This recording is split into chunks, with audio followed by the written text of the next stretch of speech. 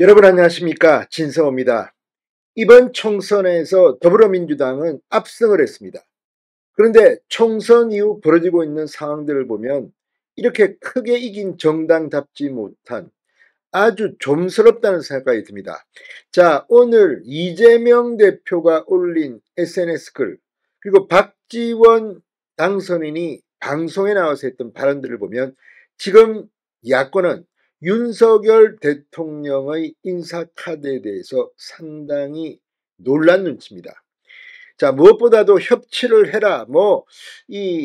앞으로 장제원, 원희룡, 이런 사람 좌시하지 않겠다. 이동관 비서실장, 아무튼 이렇게 민주당 고민정 상당히 격앙되게 반발해 왔습니다. 그런데 정작 이번에는 민주당 출신인 박영선 카드, 김부겸 카드, 김한길 카드가 나오면서 이재명의 노골적인 속내가 드러났습니다.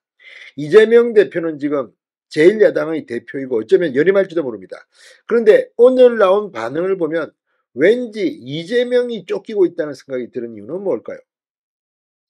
자, 윤석열 대통령 사실 제가 누누이 말씀드리지만 국무총리는 급할 게 없습니다. 한덕수 총리가 당분간 하면 됩니다. 문제는 비서실장입니다.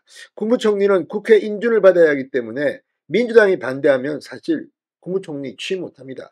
여소야대 정국에서 김대중 전 대통령이 그걸 이미 경험했습니다.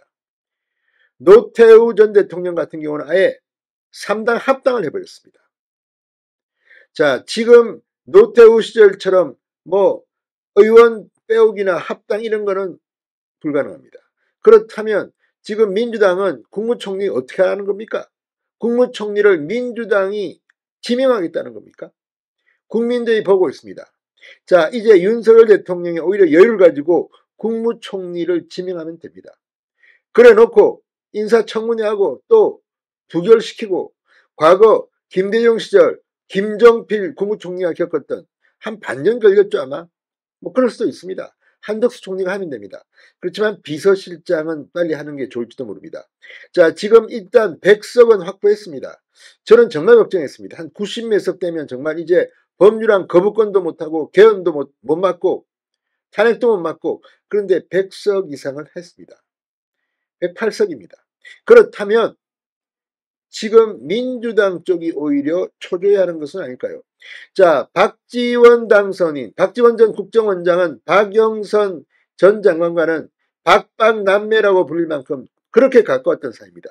그런데 지금 박영선은 박지원 전화를 받지 않는다고 합니다. 오늘 정성호 의원, 이 친명 좌장격인 정성호 의원 지금 국회의장에 도전을 하고 있습니다. 정성호 의원이 이런 말을 했습니다. 지금 나오는 카드들 아마 민주당이 받아들이지 않을 것이다. 그럼 어떻게 하라는 말입니까?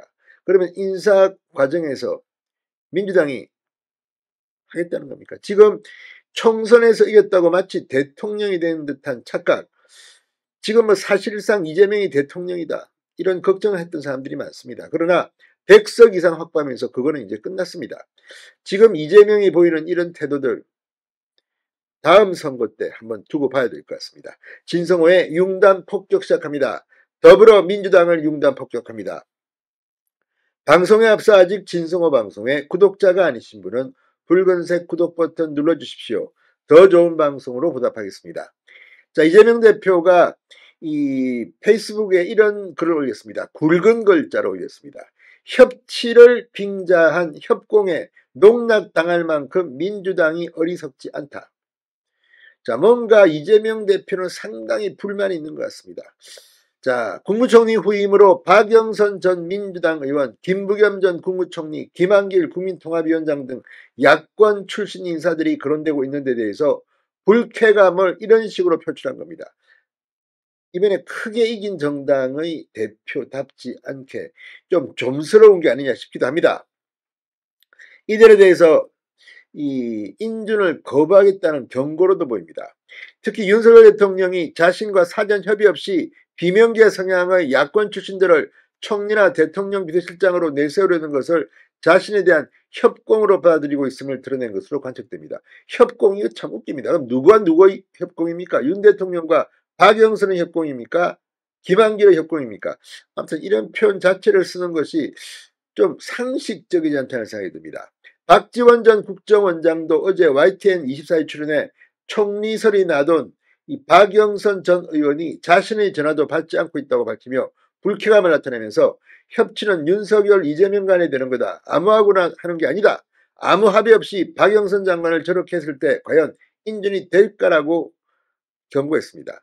친명계의 좌장인 정성호 의원 YTN 라디오 신유로의 뉴스 정면 선고에 나와 김한길 총리설에 대해 민주당으로 해서 원내대표, 당대표 하신 분이고 당을 떠나고 윤석열 정권에 들어갔는데 국회 인준 과정이 상당히 험난할 것이다. 총리를 임명한다고 하는 건 지금 어쨌든 야당 내 동의가 쉽지는 않을 것 같다고 본다. 자, 그런데 문제는 이렇게 카드를 지명을 하면 국민들 여론의 일단 청문회가 있습니다. 그 다음에 국회 인사청문회가 있습니다. 그 다음에 민주당이 거부를 하든 말든 어떻게 하겠습니까? 이게 지금 대한민국의 현실입니다. 지금 민주당은 대통령 노릇하려고 하는 겁니까?